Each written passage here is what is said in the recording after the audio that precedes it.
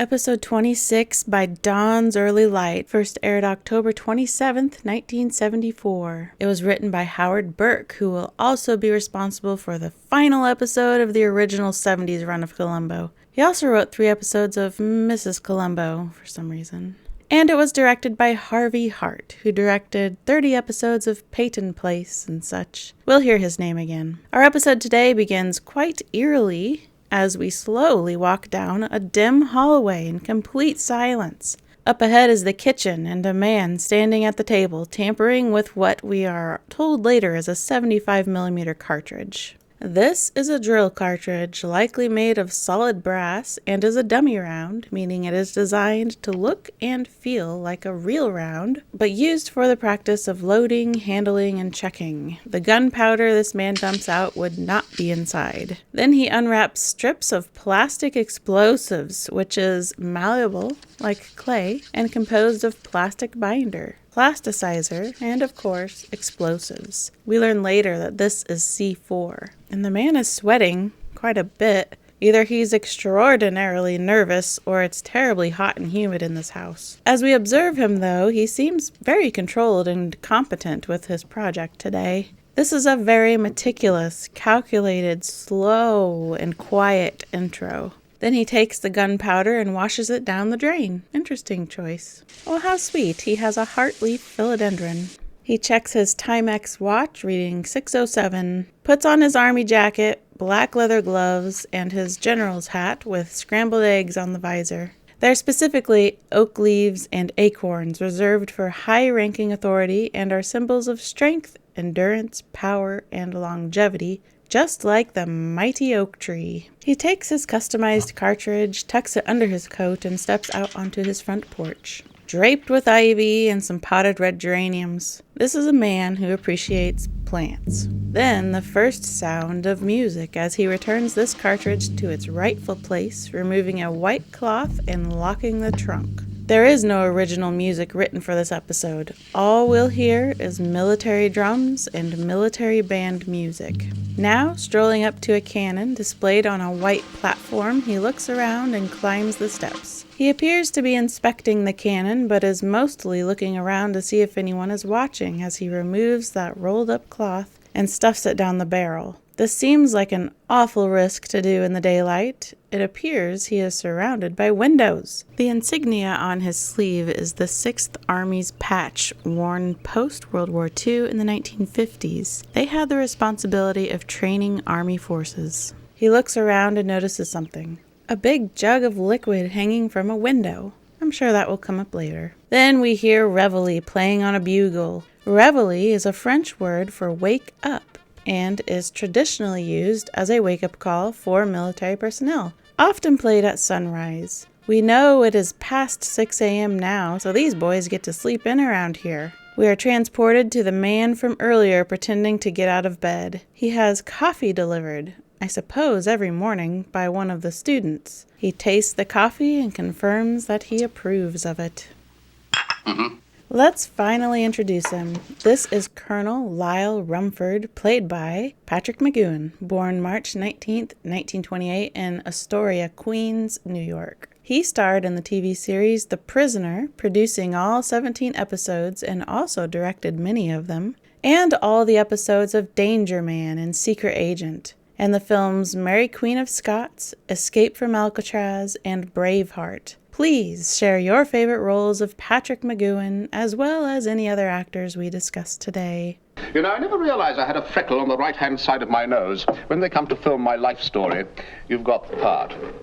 Cigar? Miller, isn't it? Jonathan B. Yes, sir. It will be my pleasure to serve the Colonel as Boodle Boy for the next duty period, sir. Boodle Boy? Try and research this term and all you'll find is by Dawn's Early Light references. So instead, I researched boodle. It is slang, meaning estate property or a large amount of money. That is not how this episode seems to define it, though. The episode is unique in its use of the word. If we listen to the rest of what Colonel Rumford says to Jonathan, it helps us understand. Some problems with geometry, Miller? Yes, sir, but my grades are better this quarter, sir. Work on them, Miller. Geometry is logic, and logic is the battlefield of adulthood.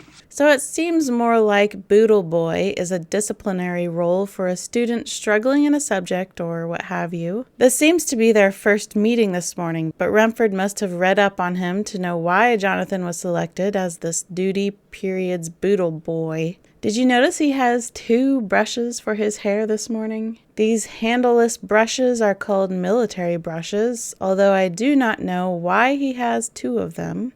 I see he also has a brush with a handle. Maybe that one's a lint brush. What is today, Miller? Founder's Day, sir. A very special day, wouldn't you say? Yes, sir. Then how do you explain those shoes, Miller? Those shoes are a disgrace. Following this morning's ceremonies, you'll report to my office for discipline. Jonathan Miller is played by Robert Clotworthy, born in Los Angeles. Over half of his work, and there's a lot of it, is voice acting and narration. He voiced a lot of video games, but his most notable character is Jim Raynor in all the StarCraft games. And he narrated a lot of History Channel series like Ancient Aliens and The Curse of Oak Island. But I hope it ain't just the 2 of you. General, you know I've always got a card to play. You might be a damn pirate, Raynor, but whatever happens, you saved my boys today. All in a day's work, General. Moving on with our morning. Good morning, Colonel.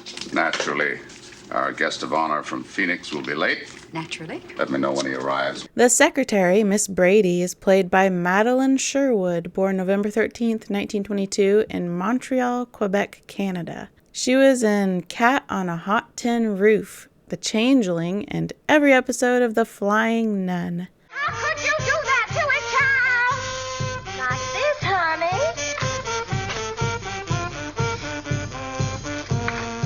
And here comes the tardy man from Phoenix. Colonel in? He's on the phone, Mr. Haynes. Would you care to wait out here? Nice to see you again, William. Colonel? We learn this man, William Haynes, is the grandson of the founder of this military academy. Therefore, he was born into some sort of authority for the school. He tells Rumford that he has made up his mind, and starting this fall term, Haynes Military Academy will cease to be military, but instead a co-ed junior college. I see. This academy can handle 6,000 boys. This year, the enrollment's barely 1,100. The truth is, nobody wants to play soldier anymore. The war's over. Nothing is over! Nothing! It's never over, William. There are too many people set on destroying our country. And that is why institutions like this academy cannot be allowed to die. William mocks Rumford's patriotic observations, calling them cliches that he is stupid to believe in. What do you believe in, William? That plastic world of advertising that you fit into so snugly? It is people like you, William, that have made our country a moral junkyard. William gets up and reminds Rumford that he does not like him, and he never liked him, even back when he was a cadet attending this school. You were a poor cadet. You lacked character. In fact, you lacked every quality that made your grandfather a great man. You still do. William says he cannot wait to throw Rumford out of this school. Rumford has no response, gets up, and hands some documents to Miss Brady for filing. The patch on Rumford's right shoulder with a big red 1 on it is the U.S. Army's 1st Infantry Division. As he re-enters his office, he intentionally leaves the door open enough for Miss Brady to eavesdrop on what is about to be said. You remind me of a story about Stonewall Jackson when he had to dismiss an incompetent from his staff. And he said, "Here is a man so lacking in leadership that he can accomplish nothing unless he is led by the hand like a child." Stonewall Jackson was a Confederate general during the American Civil War and is described as having a stubborn courage, ultimately being one of the most valued tactical commanders in U.S. history. He was very stern and demanding in nature. This quote shared by Rumford is an example of Stonewall Jackson's intolerance for indecisive men. You've been an honored guest at Founders Day every year for the past 7 years, but I think you don't deserve to be on the premises. Rumford supposes William intends to preside over today's ceremonies. You're damn right I do. Do as you please, but I would prefer that Captain Loomis presided. Not a chance. After they stare each other down for a moment, Rumford asks Miss Brady to inform Captain Loomis that Mr. Haynes will be presiding over the ceremonies today, and leaves. William Haynes is played by Tom Simcox, born June 17, 1937 in Medford, New Jersey. He was in several episodes of Gunsmoke and Code R. It was a plain accident, Paul. Doc Adams saw us fight with Holland a couple hours before the dance. The next scene is the ceremony with families filling the bleachers and the military band playing a tune I wish I could identify. And if any of you know what it is, please help me so I can correct it in the Season 4 compilation video in the future. This military band and all the cadets in the background we will see throughout this episode are authentic 1974 students attending this military college, actually called the Citadel, founded in 1842 and located in Charleston, South Carolina. Remember Richard Irving? He was the director for Prescription Murder and Ransom for a Dead Man. He somehow got involved with finding the military academy location for this episode. His brother-in-law was South Carolina State Senator James M. Waddell, who had attended the Citadel in 1940. He easily got the school to agree to filming this episode on their grounds. They were allowed to film August and September before the fall classes resumed. Universal paid to film on location, but all these cadets did not get paid for appearing in the background. Instead, Universal donated to the school, and the school used that donation to pay for them to attend the Citadel Navy football game coming up at the Naval Academy in Annapolis, Maryland. Anyway, you'll notice during the presentation, they are holding the California state flag in an attempt to give us the illusion this is taking place somewhere around Los Angeles. And then rolling in on a 1966 Ford Bronco are the special cadets delivering the blank round meant only for ceremonial purposes. They unscrew and remove what would have been the projectile, open the cannon's breech, and load her up as William Haynes chomps his gum and confidently marches toward his demise. Are there any cannon experts out there listening? I really did try to identify this cannon. It kinda looks like a 10-pounder Parrott rifle from the American Civil War, but it can't be because they are muzzle loaders and we just witnessed this is a breech-loading cannon. Later on, the episode identifies it as a French 75mm cannon from around 1925, which of course I researched, but they just don't look like this one. I was looking at all different models and angles and breeches, and I just don't know. I am, once again, asking for your knowledgeable support. Then we see all the cadets in formation, and far off in the background is Colonel Rumford observing from a distance. William climbs the ivory white steps and adjusts his tie as the military snare drums roll. I spent some time listening to different military snare drum calls, but couldn't find this specific one, if it even is specific, although it sounds related to the execution call. William takes hold of the cannon lanyard, which is awfully short. Typically they are around 6 to 14 feet long to avoid any kind of situation like this.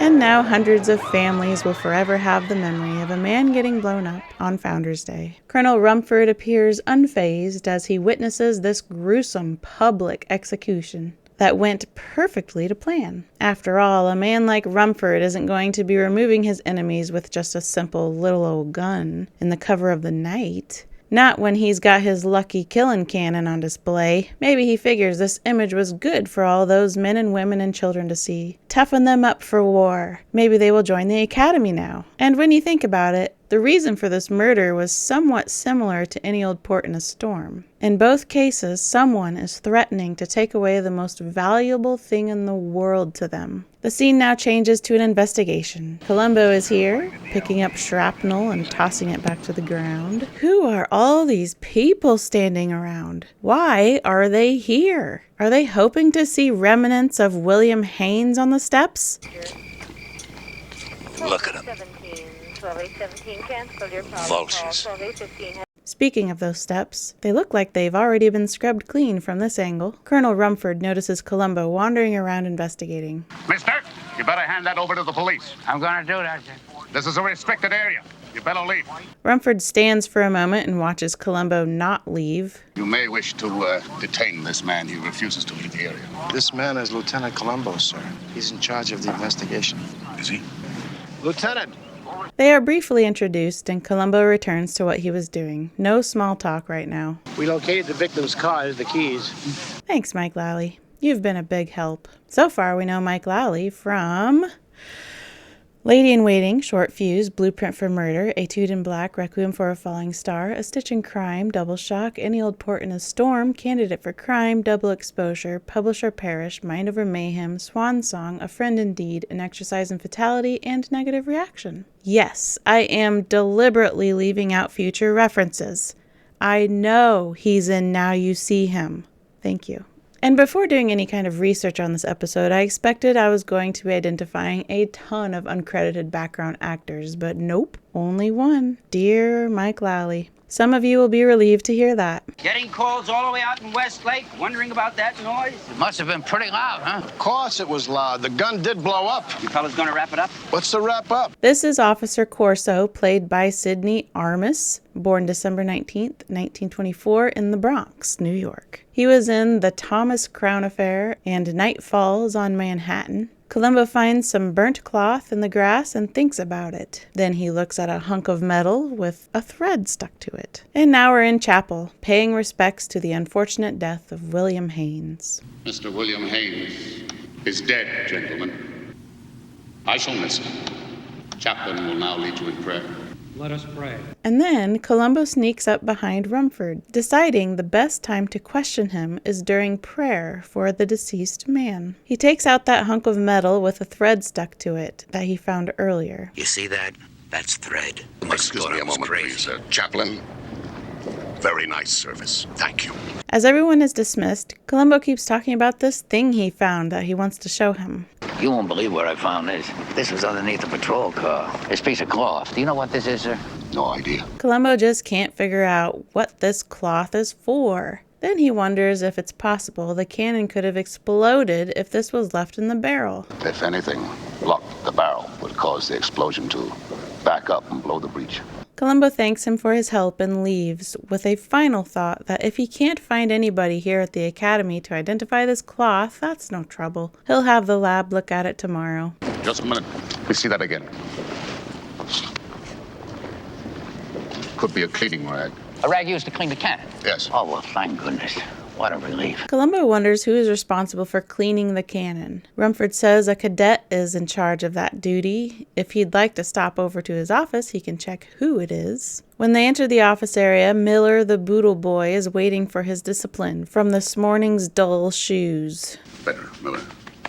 Much better. But in the circumstances, I'm going to put you on probation for 2 weeks. And I want you to report each day with those shoes shined like glass. Yes, sir. Dismissed. Thank you, sir. Rumford invites Columbo into his office.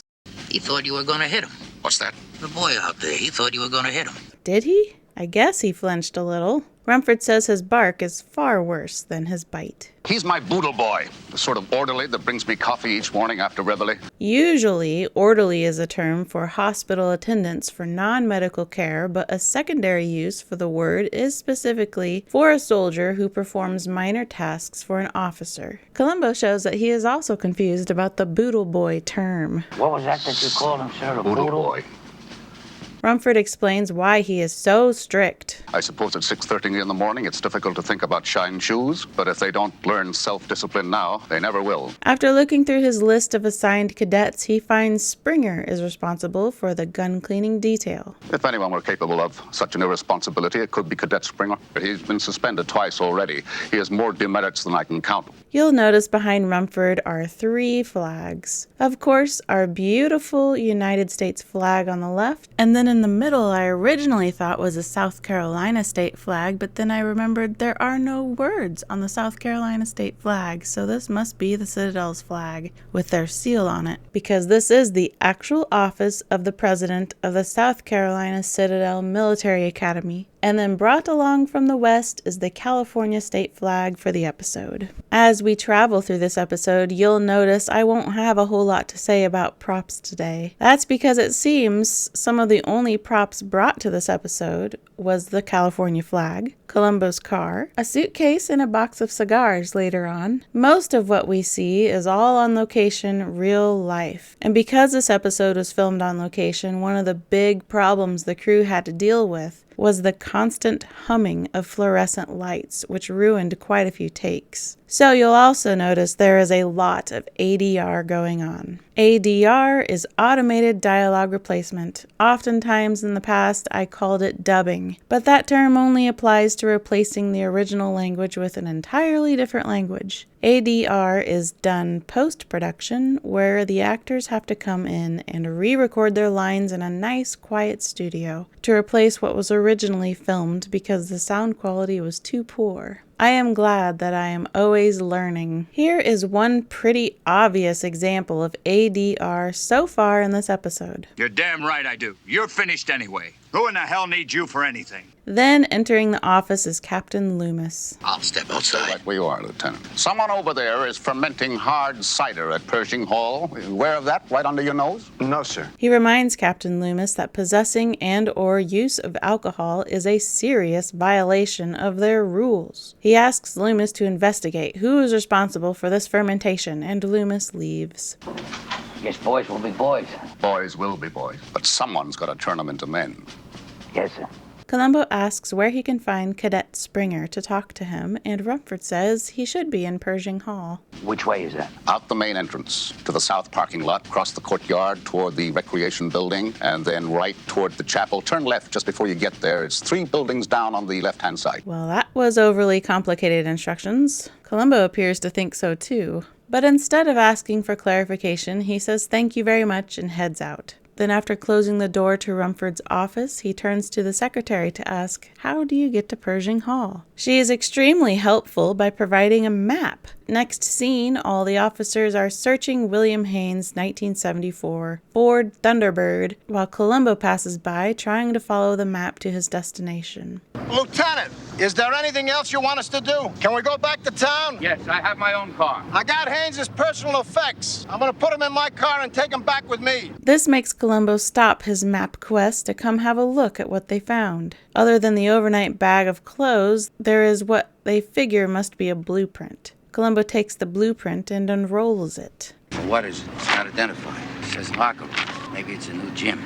Yeah, maybe it's a new gym. The insightful sergeant is George Kramer, played by Bruce Kirby. We met him previously during Lovely But Lethal. Bruce Kirby was a friend of both Peter Falk and Everett Chambers, the producer. From now on, the producer was encouraged to write in Sergeant Kramer whenever it would make sense. Moving right along, Columbo finds Pershing Hall and Springer. Cadet Springer? Yeah? My name is Columbo, Lieutenant Columbo. Listen, I'm sorry to bother you, son. I thought maybe you could help me. This will only take a second. Columbo takes out that cloth from earlier and asks Springer if he knows what it is. Springer immediately identifies it. It's a piece of a cleaning rag. To clean what? A cannon, a gun. How do you know? I feel it. It's got gun oil on it. Columbo was caught slightly off guard with these quick responses. He says he found the rag on the grounds after the cannon exploded, and he also found out he was assigned to the gun cleaning detail. Well, I didn't leave any rag down the barrel of that cannon, if that's what you're trying to say. Columbo gently mentions, well, he was the last to clean the cannon, and the rag was at the scene. He says Colonel Rumford told him about his demerits, and then wondered how they get along with each other. Springer admits they don't particularly get along. Well, what did you do wrong that he stuck you on the gun cleaning detail? Well, actually, cleaning that cannon is supposed to be some kind of an honor duty. Well, now that's puzzling. So who assigned you to that?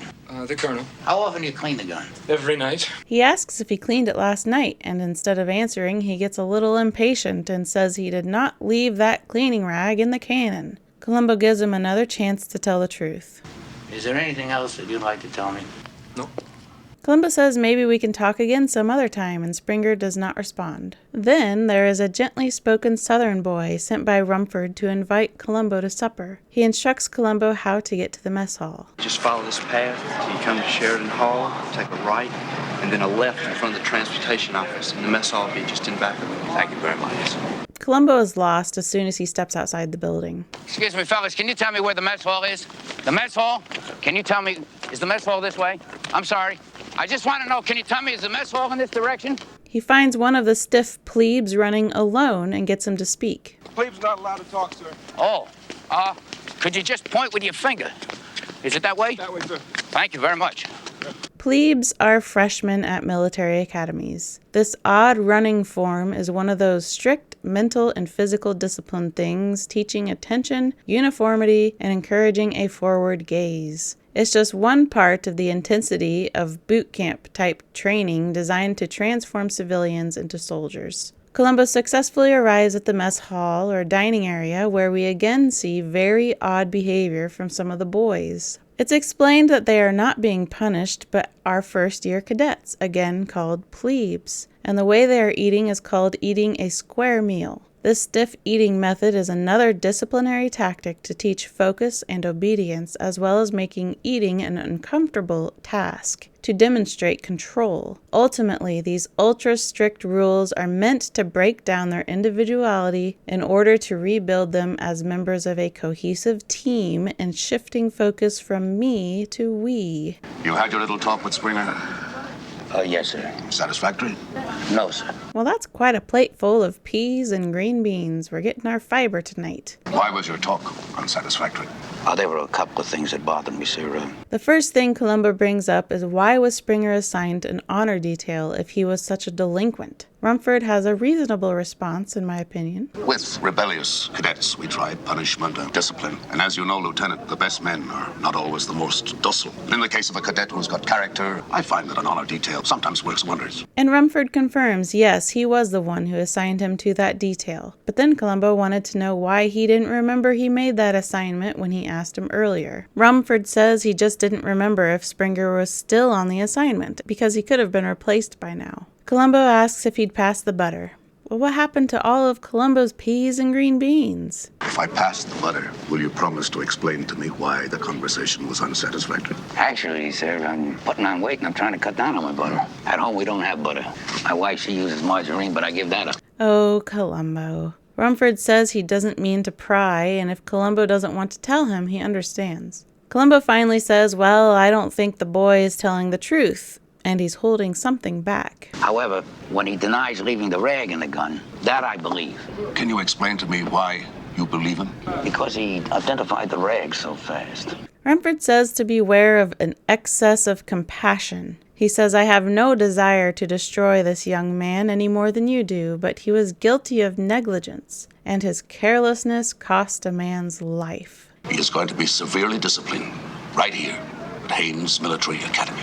Captain Loomis happens to pass through the mess hall. Captain Loomis, what's the progress on this cider incident? Oh, I see Columbo got his pile of peas and green beans back. I'm still looking into it, sir. Captain Loomis is played by Burr DeBenning, born September 21st, 1936, in Seminole, Oklahoma. Find him in The Incredible Melting Man, The House of the Dead, and some episodes of Father Murphy. Just like a model airplane or something, kind of mounted right on its own stand. A model airplane? It's more important and expensive than any model airplane. Photography is a serious endeavor. See, I like to take snapshots too. This is a motion picture camera. You do not take snapshots with it or any other camera. Photography is not just a game. See, I just didn't know that it was a motion. I also study magic. Beware of a misplaced sense of justice. The culprits in this case, they do not know what justice is. Now get it moving. Then Rumford apologizes to Columbo, saying he's had a tough day and would like to retire to his quarters. The wall-washing man must have been very short. So there's one other thing. Well, if you care to walk with me, perhaps we could discuss it on the way, if you finished your meal. Oh, absolutely. Poor Columbo only got a few bites of peas for supper. Columbo agrees to walk with Rumford, but before leaving, he snatches a couple of dinner rolls and stashes them in his pocket. I like this part where Rumford guides Columbo away from the puddle. Gee, if I don't write everything down, I forget it. Columbo asks if Colonel Rumford is the one who usually fires the cannon on special occasions. 3 times, opening day, commencement ceremonies, and of course, Founders Day. The military band in the background is playing The Thunderer, composed in 1889 by John Philip Sousa. Columbo hesitates to bring up the next topic. I don't want you to overreact. Then get on with it. Columbo says, I know you believe Cadet Springer carelessly left the rag in the gun, but suppose just for a moment that somebody else deliberately put the rag in the barrel. The implications are that somebody was trying to kill you. I don't know what the hell you're talking about now. Columbo tries to explain himself that if Springer is telling the truth and he did not leave the rag and someone else did who was not cleaning the cannon, and it was planned for Founders Day, one of the only 3 days a year you, Colonel Rumford, fire the cannon, then I'm sorry to say it, but you were obviously the target. It's ridiculous to speculate. I shouldn't have brought it up. I knew it would upset you. I think you're working too hard, Lieutenant. Everything is not a murder, you know. Columbo says you're probably right. Too long and homicide. Makes you always think the worst. Rumford says he can imagine that's true as he walks off towards his quarters. Oh, sir, would you do me a favor? Yes, certainly. My wife, she's up in Fresno. She's visiting my mother-in-law. Do you think I could spend the night here? Columbo's in-laws are a little over 200 miles north of L.A. No trouble at all. I'll have them prepare one of the guest cottages for you. I'd prefer the barracks if be all right. You know, be with the kids. Rumford agrees and suggests he stays in Pershing Hall, where he could maybe have another chat with Springer. I'll tell Captain Loomis to expect you.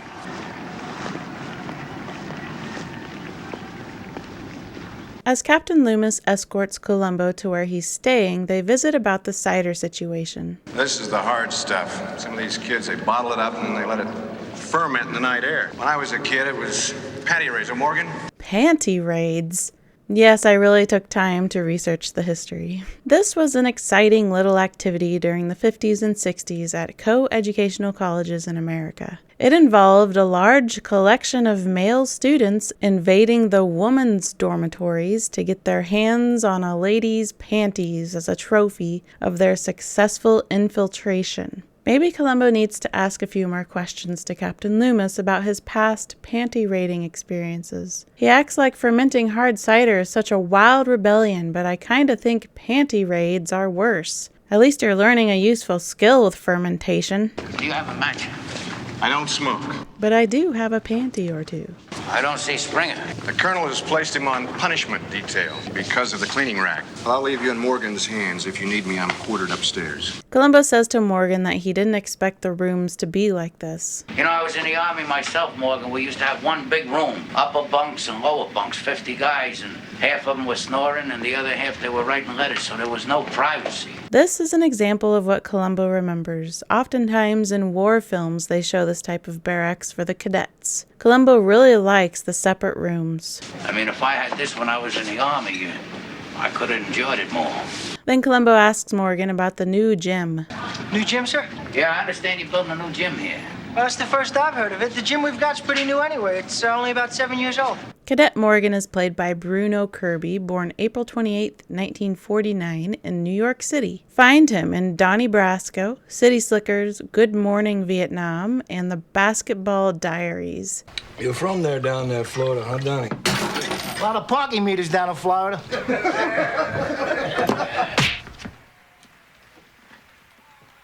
He is the son of Bruce Kirby. Nice to have a father and son Columbo episode. Columbo sits down and has another look at the blueprint as the scene fades to a cadet playing on his bugle, Taps. Taps was arranged by Daniel Butterfield in 1862, a Union Army Brigadier General and Medal of Honor recipient. Taps was played on a bugle each night to signal lights out and was used by both the Union and Confederate forces during the Civil War. It is still sounded every night as the final call on military locations and is standard for taps to be played for every U.S. military funeral since 1891.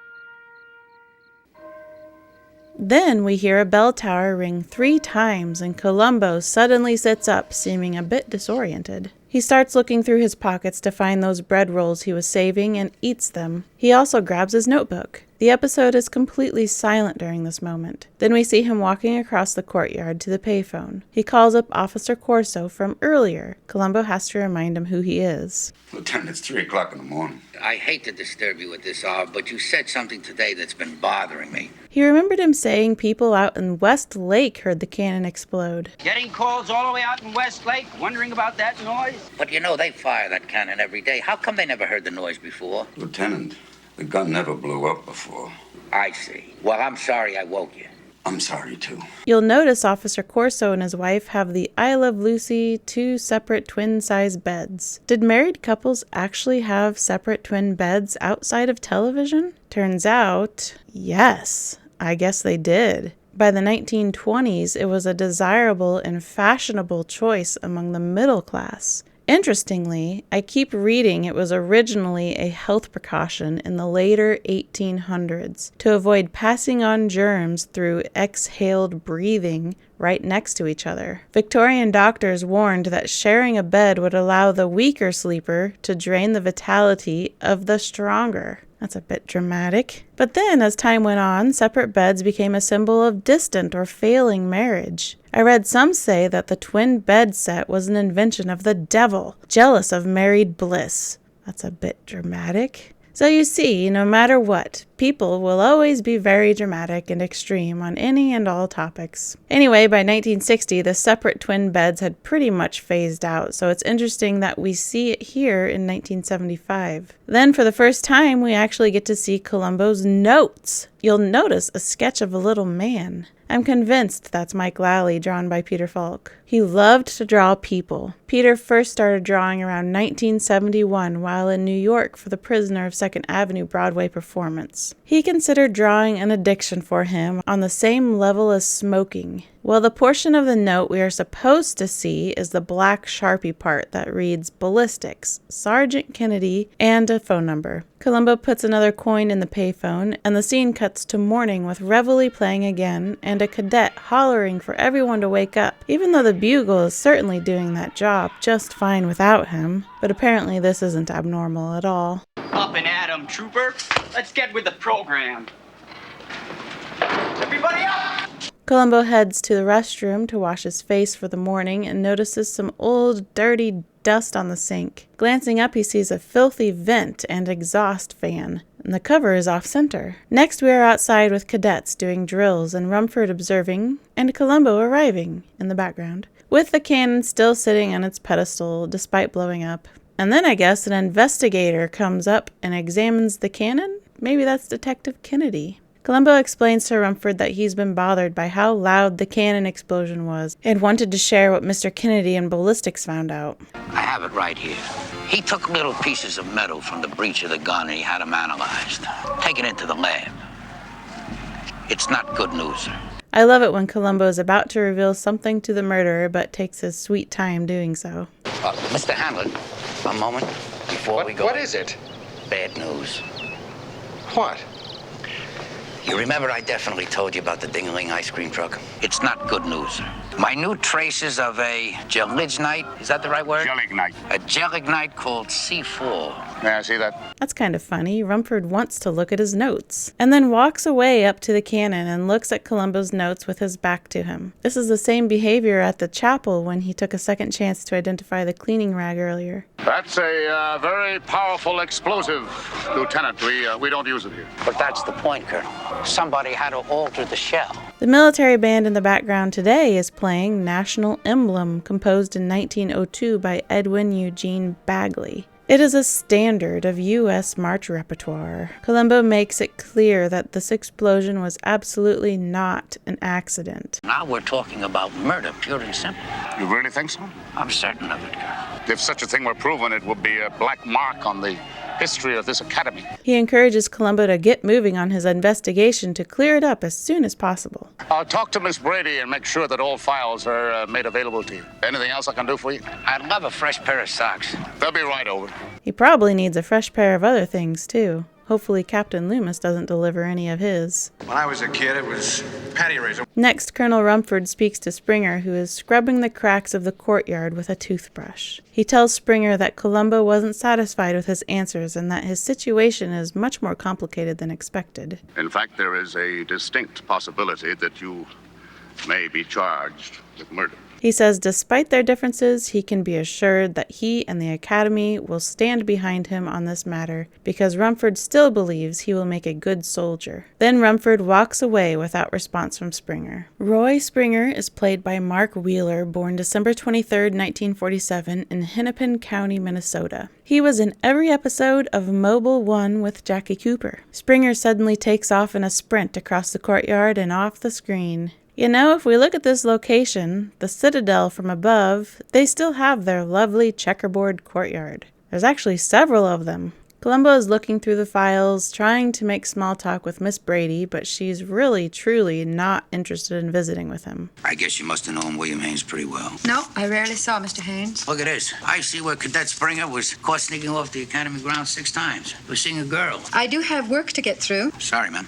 Columbo figures he'll go, but before he does, he wondered if the argument between Mr. Haynes and Colonel Rumford was about enrollment. I don't know what the argument was about. I do know that Mr. Haynes was rude and arrogant. I can assure you that Mr. Haynes did all the provoking. Columbo wonders if she can recall anything from the argument between the two, and she says yes, one thing in particular. The colonel suggested to Mr. Haynes that Captain Loomis preside at the ceremonies. Now, if Mr. Haynes had listened, he'd be alive today. So, in a sense, it was William Haynes's temper that killed him. I like how she is so cold to the thought that if Haynes had listened to the colonel, then Captain Loomis would be dead instead, like it was meant to be. Maybe she knows about the panty raids. Thank you very much. Columbo's out looking at his blueprint again while comparing it to a building. A group of cadets stop because he is sort of in the way, and one of the cadets asks if he can help him. This is the gym. Yes, sir. That's north, right? Yes, sir. That's east, and there should be a door there. Right there. But there's nothing there but a wall. There's nothing but a wall there, huh? A wall with a frame the size of a door and an old-looking sidewalk leading to it, with a window on each side. This is a very odd wall. Why does it look like this? Why would they choose this, what once must have been a door wall, rather than a plain brick wall? Yes, sir. That's a wall, sir. I'm right. There's no door there. That's no door, sir.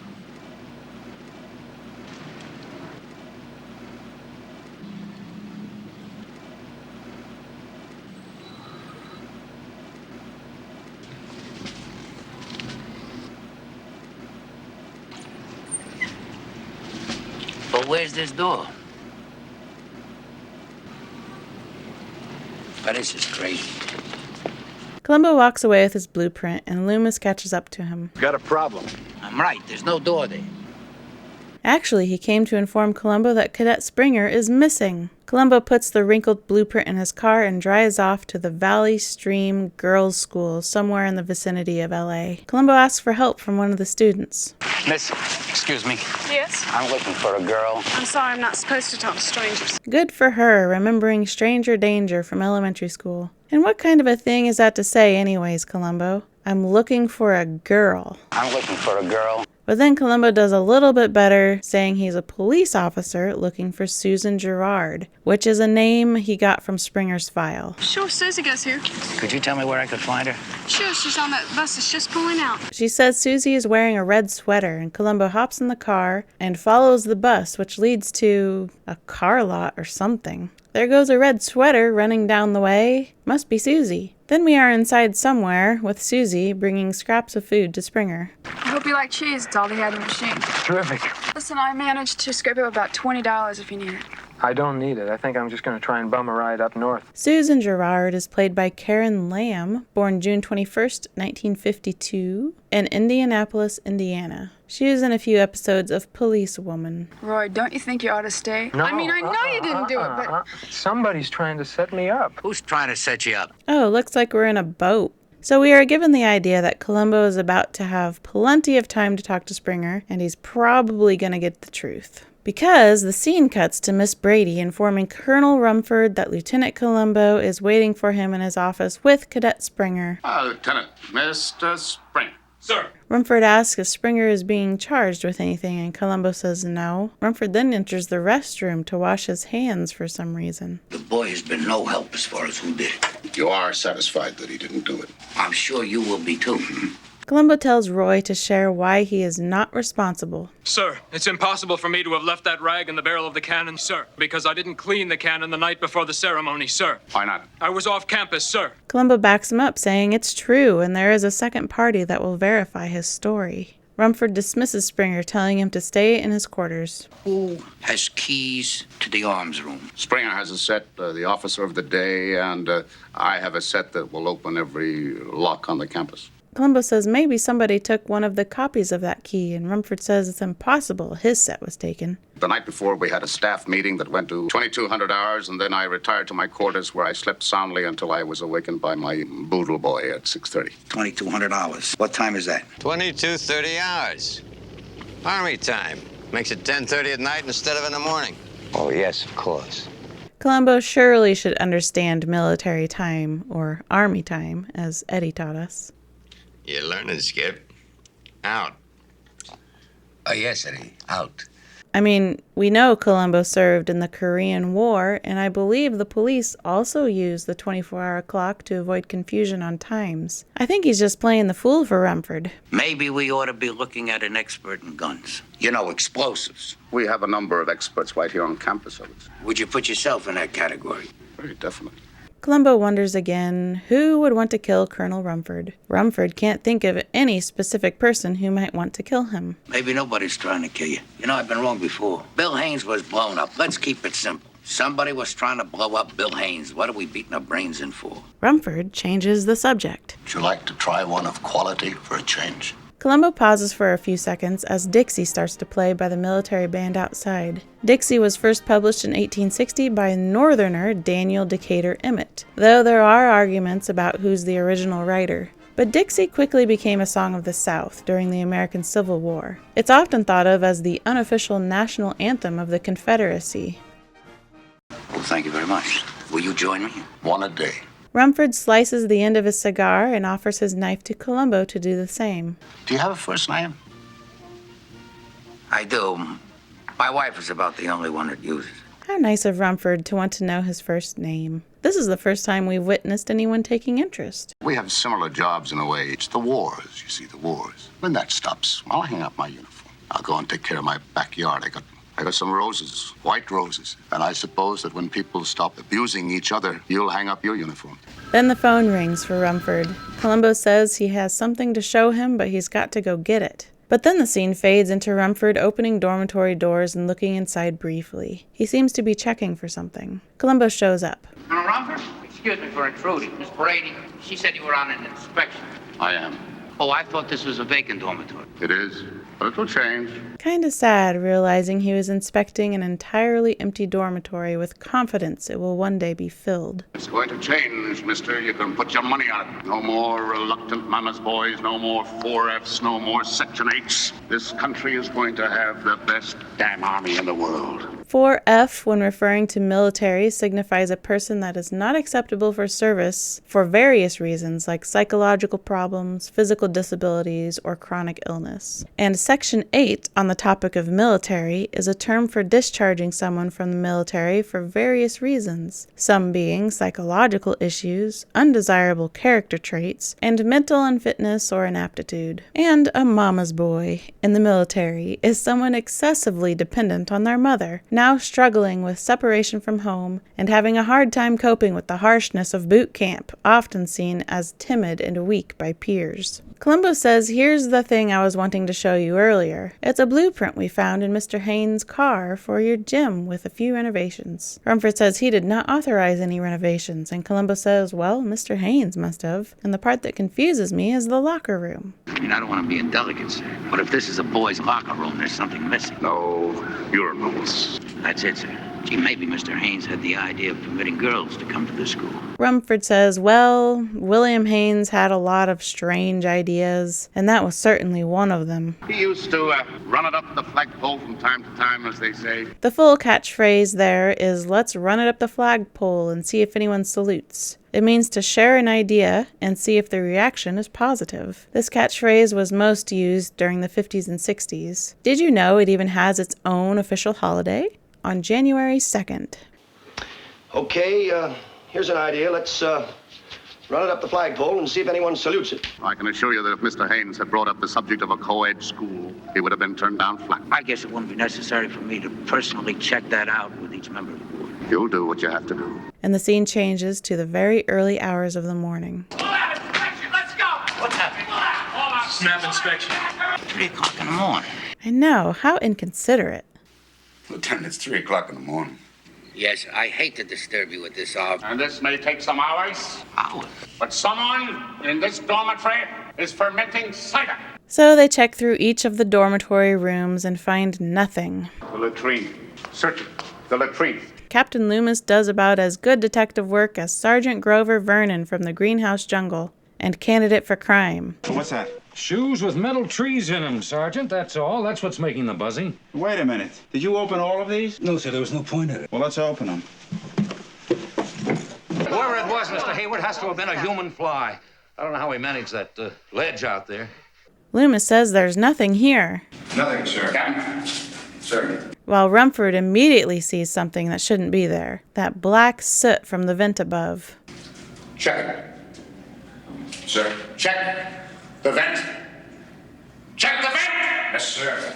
Loomis might need to check out some other military positions. Maybe ask Miss Brady how she got her job, because I haven't seen much from him as a captain that says, I am a leader. The first time we meet him, granted I realize he's being somewhat humiliated in front of Columbo, but he acts more like, oh man, I'm being embarrassed, rather than, oh shoot, I did not know this was going on and I better do something about it. And then he wants his hand held by asking who's doing it. Does the colonel have any idea who might be responsible? If I did, I wouldn't be asking you to look into it, would I? And the next time we see him at supper, he acts like a kid being told if he doesn't hurry up and finish his homework, he cannot go to the movies with his friends later. What's the progress on this cider? I'm still looking into it, sir. You're allowing them to walk all over you. Now get it moving. And now, Colonel Rumford has to take the task into his own hands because his captain is putting in the least amount of effort. And since his response time is so slow, Rumford gets impatient and yells at Loomis again. Check it. Sir. Check the vent. Check the vent! Yes, sir. Loomis gets up there and checks the vent. Anything? Anything? Nothing, sir. Nothing? Nothing. They won't get away with this, Loomis. Everyone is dismissed, and the cadets can't figure out why they didn't see the cider up in the vent. Maybe it's not there. Of course it's there, dummy. I put it there myself. Maybe somebody else took it. Columbo walks in with the jug of cider. He assures them he isn't going to turn them in, but they have to tell him everything about this cider. Who, where, and when. Then the scene changes to Loomis calling Rumford, saying he thinks he has solved the cider situation. Meet me in the flagpole area of the parade ground immediately. They walk over to the cannon together, which looks a little extra battered today. Also, it must be awfully humid during the filming of this scene with such a haze over the lens. Is that it, sir? Obviously. That's it. By the way, if you decide you want to make hard cider yourself, which is extremely easy to do, all you need is a bag of apples, filtered water, and a little sugar, and you'll get some hard apple cider. But the window hanging thing is absolutely not necessary. It would have actually been better if they never took it out of the vent. It's best not to let the sunlight hit anything you're fermenting, but to instead keep it in a cool, dark place, like that air-conditioned vent. Rumford commands Captain Loomis to get whoever is in that room and bring them here. But he has to yell at him to hurry because, of course, Loomis was going to mosey his way to the dorm. Go to it. Yes, sir. And a double! Yes, sir! And he continues to yell at him, kind of like in the movies when they want a horse to gallop faster, they keep yelling. Have the whole second floor fall out! You hear me, Captain? Yes, sir! The whole second floor! Yes, sir! You hear me? Rumford recognizes Loomis needs to be heavily instructed to get things done, and he refuses to allow him to fall into Section 8. Then Cadet Morgan goes to take down the cider, and Rumford yells at him. Hey, mister! Don't touch that! Don't move till Captain Loomis arrives! Columbo shows up in the distance, asking what is happening. The cider, Lieutenant. The elusive cider has finally materialized. I knew it would. Holy cow, you're right. You got a pretty good pair of eyes. My job to be observant. Columbo begins to interrogate Rumford about when he first spotted the cider, and Rumford gives very vague answers. When the cadets arrive, he tells them how slow they are. Gentlemen, you're slow. You're very slow. Can you remember if it was during the day or the night? Day, of course. Rumford commands Cadet Morgan to step forward since he was the one in possession of the cider. But then Columbo steps in front of Rumford. All cadets remain where you are! Lieutenant, what the hell's going on here? That was a lie, Colonel. It couldn't have been during the day. Columbo yells to the cadets asking if the liquor was ever hung out during the day, and they all say no, sir. It must have been night. Wednesday night, Thursday night? During the week. No, sir, it was Saturday night. The night before the explosion that Mr. Haynes was killed. Rumford said he wasn't out Saturday night. So Columbo asks the cadets when was the first time the cider was hung out, and all the cadets say in unison, Saturday night, sir. Then I'm mistaken. It must have been Saturday night. Columbo's trying to get some specifics out of Rumford. What time did you see it? Was it early Sunday morning at daybreak, or maybe around 6:30? It was impossible to be daybreak because, as you know, Lieutenant, I was in my quarters, asleep, until 6:30 when my boodle boy awakened me. Columbo yells to the cadets, asking who was responsible for bringing in the cider on Sunday morning, and Springer raises his hand, saying he brought it in at 6:25. How do you know it was 6:25? I had to bring it in before Reveille, otherwise everybody would see it, sir. Columbo tells Rumford he knows the exact window where he could have seen the cider. Before 6:15, it would have been too dark, and after 6:25, it was no longer hanging in the window. And not only did you see it at that specific time, but you had to be standing in one specific place. You see, you can't see the window from here. The trees cover it. You have to be standing directly in back of the cannon. Should I go on? Rumford compliments Columbo that he did a very good job, but he wants Columbo to know that he has no feeling of remorse or guilt for what he did. It had to be done, and I'd do it again tomorrow. Rumford asks if Columbo's finished questioning the cadets, and Columbo says yes. He asks Columbo if he could have a moment, and he commands the cadets to prepare for breakfast, properly dressed with shined buttons and shoes. Immediately following breakfast, those responsible for bringing cider on this campus will report to Captain Loomis for disciplinary action. Captain, dismissed. Pull up! And the episode ends with sharply dressed Colonel Rumford facing disheveled, barely dressed Columbo. A visual example that looks don't mean a thing when you're on a mission. Columbo can catch anybody. Colonel Rumford is an interesting character. He has a deep love for his country and a lifelong commitment to keeping her safe. William Haynes threatened to replace this military academy with a junior co-ed college that was a threat to the nation in Rumford's eyes. And he will certainly kill for his country. And underneath his sterile appearance and strict conduct, there is some kind of softer side. As mentioned, he seems to care about plants, and specifically mentions his white roses. White roses are a symbol of new beginnings, devotion, and reverence. And then there is the fact that he is one of the rare murderers who shows complete respect towards Columbo. Before Rumford was Nora Chandler, Adrian Carcini, and Tommy Brown. He recognized Columbo enjoys cigars and wanted to share with him one of much higher quality than what Columbo has. And he recognized they are in the same line of work and having an honest conversation with Columbo about hoping one day they can both hang up their uniform if only the world could be at peace. The interactions between Columbo and Rumford were bolstered by the fact that Patrick McGoohan and Peter Falk hit it off extraordinarily well, both very dedicated individuals to their craft. They did not know each other before filming this episode together, and the only reason Peter Falk agreed to McGoohan's casting was because Everett Chambers insisted he was absolutely perfect for the role. Although Everett Chambers first considered Ed Asner, Jack Warden, and Richard Basehart for the role of Colonel Rumford. But none of them worked out because of scheduling conflicts and what have you. Patrick McGoohan says Chambers talked to him into playing the part by suggesting if he starred in a prestigious show like Columbo, it would boost his profile in America, which could land him more movie offers, and this sounded very nice to McGoohan, because he wanted to do more films rather than television. A quote from Patrick McGoohan: "It was a rare privilege for me. It was a classy show. It was a pleasure to work on it. How many TV series in the United States are done with that much care?" NBC was not a fan of having Patrick McGoohan cast in Columbo because nobody knew who he was in the States. But NBC sure doesn't know everything because McGoohan won an Emmy for Outstanding Single Performance by a Supporting Actor in a Series for By Dawn's Early Light. Another quote from Patrick McGoohan: "That's probably my favorite of the 3 episodes. It might be my favorite role in the United States. It took a bit of work, but I thought it was excellent. It was on the basis of that experience that I agreed to do the others." Do I consider this episode one of my favorites? Well, I'd probably rate it more like 4 Columbo cigars out of 5. Though I really like this episode, it doesn't quite hit the mark of this is the most entertaining episode to me. Because remember, I rate based on how entertained I was.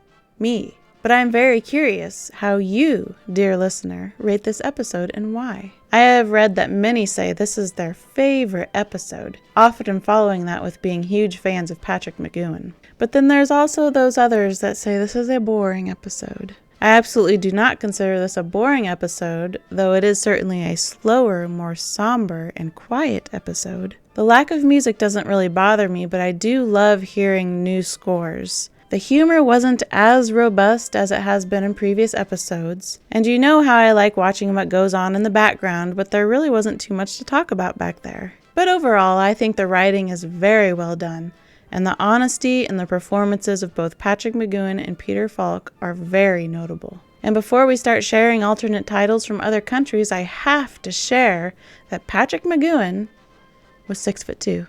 By Dawn's Early Light is of course the first line of the United States of America's national anthem, the Star-Spangled Banner, written in 1814 after the writer Francis Scott Key saw the American flag, also known as the Star-Spangled Banner, still waving over Fort McHenry in Baltimore after 25 hours of bombardment from the British Royal Navy. Very fitting to have such a patriotic title and cleverly making it apply to the cider spotted in the early light of dawn. But in Finland, this episode was called From Boys to Men. France, Between Dusk and Dawn.